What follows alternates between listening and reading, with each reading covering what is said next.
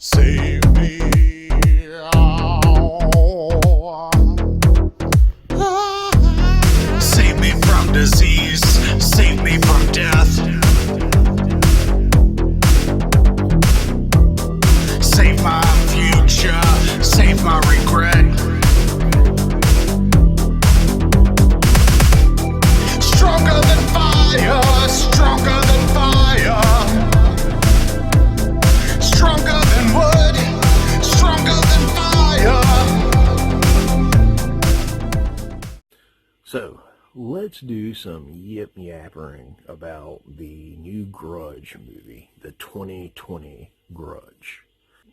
I'm a fan of the Grudge franchise. I was actually pretty excited for the new version of the Grudge. I thought the trailers looked cool. I think there's a lot of potential there for, a Grudge movie. I decided, let's go ahead and see this on the big screen. Well, it wasn't a terrible movie, but it also wasn't a very good movie. I will say that I did really enjoy the look of the film. The dim lighting, the yellow light filtering in through the windows and stuff. To me, it gives it a certain feel and a certain sense of realism. Because a lot of these horror movies are overly lit. They have a certain produced look to them, and I really did enjoy the lighting for the most part, and all the dimly lit scenes, especially in the houses and stuff. Outside of that, pretty much, other than the look and the feel of the damn thing, that's pretty much what saved it for me. If it looked like any of these other generic horror films, then this would have been, I would have been pissed. I really did enjoy, well, first off, let me say that the 2004 Grudge, when it came out, I saw it in the theater. I was not ready for that film. I had been to see The Ring a few years earlier and wasn't particularly ready for that. The whole Japanese horror being remade hadn't been a thing. So, the Ring kind of knocked my socks off. The Grudge comes around, and this is about ghosts. And normally in movies with ghosts, they haunt.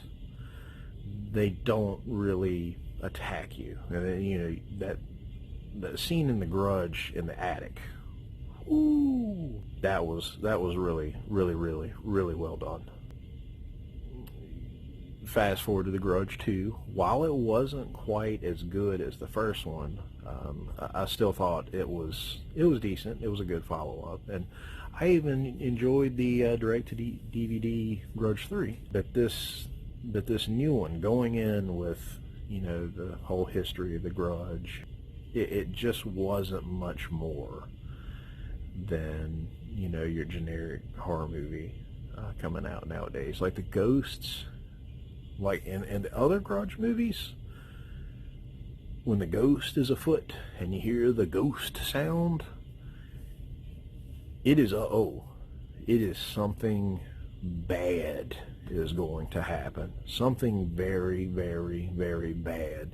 These ghosts are going to get you and tear your jaw off.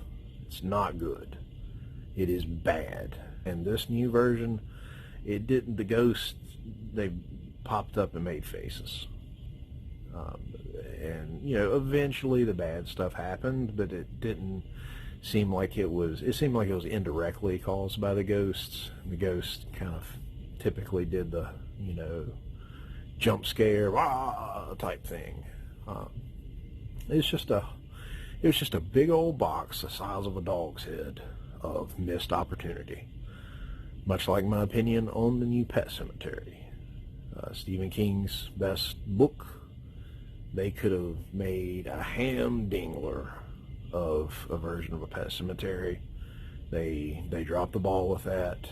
Jigsaw, I mean, they were cranking the Saw movies out every year. So much time had passed. they could have made like a legit great film with Jigsaw. They could have just started over and made a whole different type of movie, made it a little more serious, but no, they just fell into the cliches, and Jigsaw was really just, it was almost the amount of time had not even elapsed. It was like a year later we got Jigsaw, more of the same. But with The Grudge, instead of having that sense of dread, that sense of these ghosts are gonna get you, no, just jump scares, boo moments, and I wanted to like it. I really did. Before I went, I saw there was a lot of negativity about it online. I take what the critics have to say, but I don't base my opinion on critics, because as a human being on planet Earth, I have a brain and I have the ability to form my own opinion. So I just kind of take and see what everybody's kind of saying, and then I'll add my own 2 cents in after I've seen it. So what I did, I took my hopes, I took my dreams to the theater, and what I saw was a pretty nice looking movie. But ultimately, I left sad.